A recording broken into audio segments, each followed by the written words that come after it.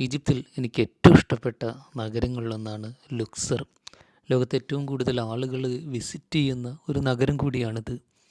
ഫറോവ കാലഘട്ടത്തിലെ പ്രധാനികളുടെ ശരീരമടക്കിയിട്ടുള്ള മലയടിവാരത്തിലെ കൊട്ടാര സമാനമായിട്ടുള്ള സ്ഥലങ്ങൾ, അവരുടെ പ്രധാന കൊട്ടാരങ്ങൾ എല്ലാം ഉൾക്കൊള്ളുന്ന ലുക്സറിലൂടെ നടക്കുമ്പോൾ 3500 വർഷം മുമ്പത്തേക്ക് യാത്ര ചെയ്ത പ്രതീതിയാണ്.